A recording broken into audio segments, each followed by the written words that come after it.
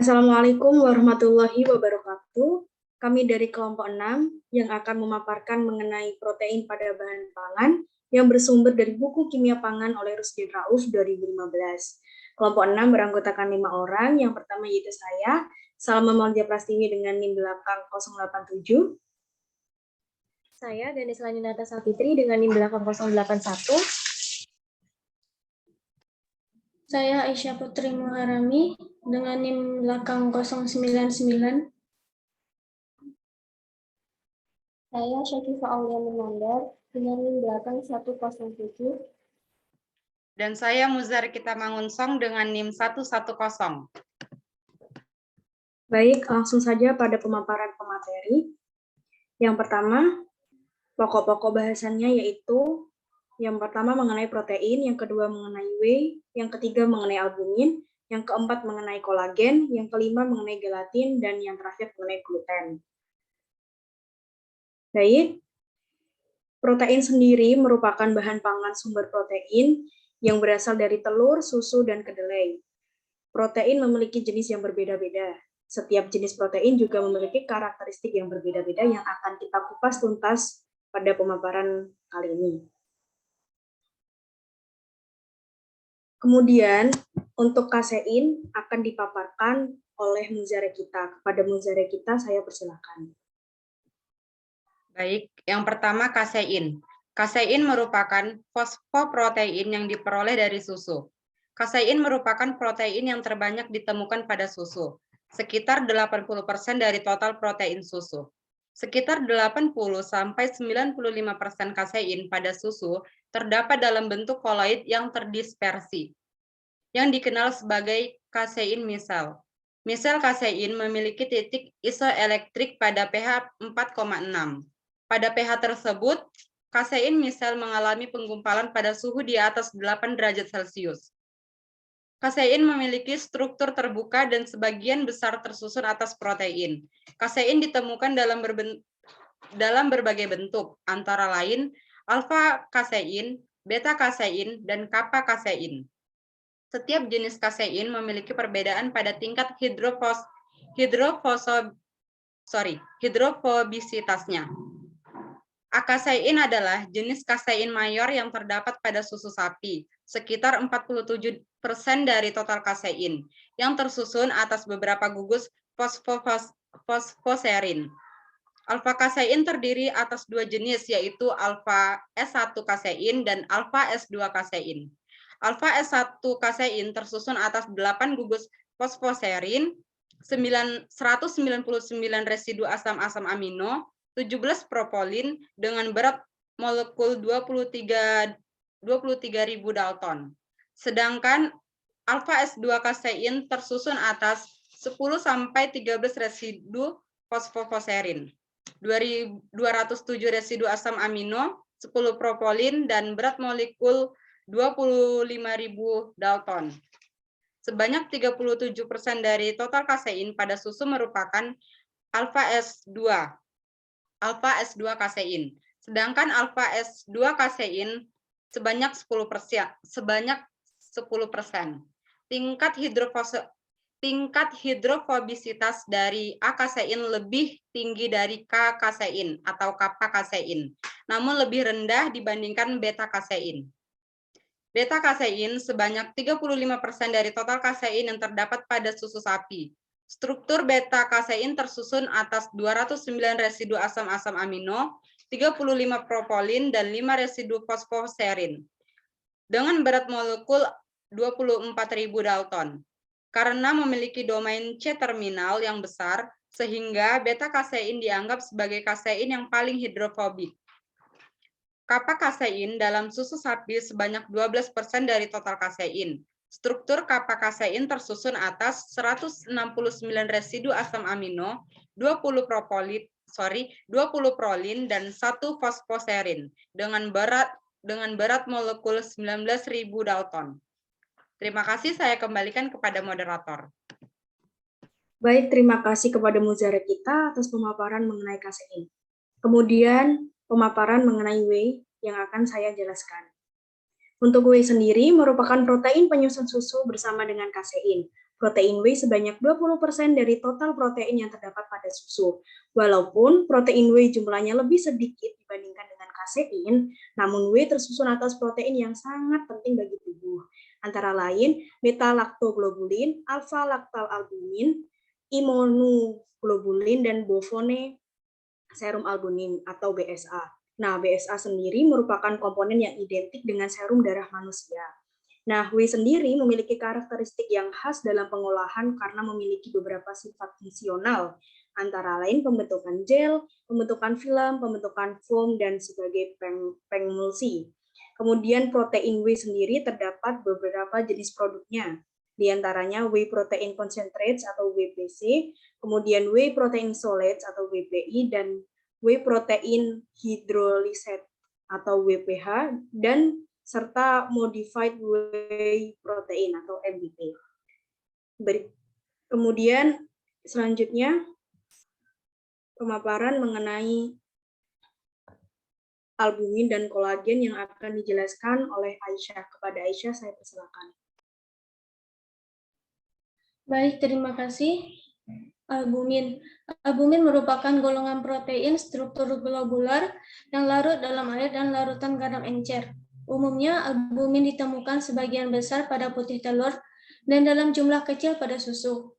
Beberapa jenis protein mayor yang ditemukan dalam albumin putih telur antara lain ovalbumin 54%, konalbumin 12%, ovalmucoid 11%, ovalmucin 3,5%, lisozim 3,4%, dan globulin sebanyak 8%. Ovalbumin merupakan penyusun utama dan penentu sifat fungsional dari putih telur. Ovalbumin tersusun atas fosfoglycoprotein monomerik dengan 1 ikatan disulfida dan 4 gugus SH. Suhu denaturasi ovalbumin sekitar 84 derajat Celcius. Konalbumin lebih sensitif terhadap panas dengan suhu denaturasi sekitar 63 derajat Celcius. Sedangkan ovomucoid dan ovomucin merupakan protein yang sangat larut dalam air dan larutan garam encer, serta lebih stabil terhadap panas dibandingkan protein lain. Ovalbumin dari putih telur secara luas digunakan dalam olahan pangan, seperti dalam pembuatan roti dan sebagian bahan pembentukan foam dan penstabil pada produk bakery. Next.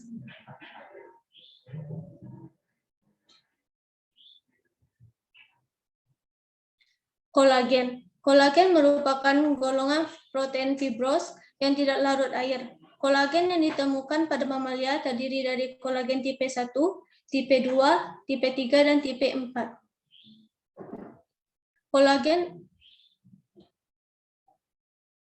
Kolagen tipe 1 merupakan yang paling banyak ditemukan pada jaringan mamalia, yaitu pada tulang, tendon, kulit, ligamen, dan kornea. Kolagen tipe 1 berkontribusi terhadap struktur dan kekerasan pada tulang. Kolagen tipe 1 triple helix berbentuk heterotrimer dari 2 rantai alfa 1 yang identik dengan 1 rantai alfa 2. Kolagen tipe 2 banyak ditemukan pada tulang rawan. Tipe helix, triple helix dari kolagen tipe 2 tersusun atas 3 rantai alfa 1 membentuk homotrimetrik. Kolagen tipe 3 merupakan skleroprotein yang bersama dengan kolagen tipe 1 pada jaringan yang memberikan sifat yang elastis seperti kulit, paru-paru, liver, limpa, dan pembuluh darah. Kolagen tipe 3 tersusun atas 3 rantai alfa 1,3 yang membentuk homotrimer. Kolagen tipe 4 merupakan penyusun dari basement membran ditemukan dalam basa lamina. Kolagen ini tersusun atas 3 dominan, yaitu dominan terminal amino 75, dominan globular, terminal karboksi, dan bagian pusat triple helix. Kolagen umumnya digunakan sebagai bahan utama kosmetik dan obat-obatan. Pada bahan pangan, kolagen terlebih dahulu diolah menjadi gelatin. Terima kasih, saya kembalikan kepada moderator. Baik, terima kasih kepada Aisyah yang telah memaparkan mengenai albumin dan kolagen. Selanjutnya yaitu pemaparan mengenai gelatin yang akan dijelaskan oleh Gandes. Kepada Gandes, saya persilakan. Baik, terima kasih atas waktunya. Gelatin merupakan protein larut air yang diperoleh dari kolagen yang dihidrolisis parsial menggunakan asam atau basa. Banyaknya kolagen yang dapat dikonversi menjadi gelatin bergantung pada pH, suhu, dan lama ekstraksi. Kolagen yang biasa digunakan berasal dari kulit, tulang, tulang lawan, dan jaringan ikat hewan. Secara umum, gelatin terdiri atas dua tipe, yaitu tipe A dan tipe B. Gelatin tipe A merupakan hasil konversi kolagen menggunakan asam, sedangkan tipe B menggunakan hasil konversi dari kolagen menggunakan basa.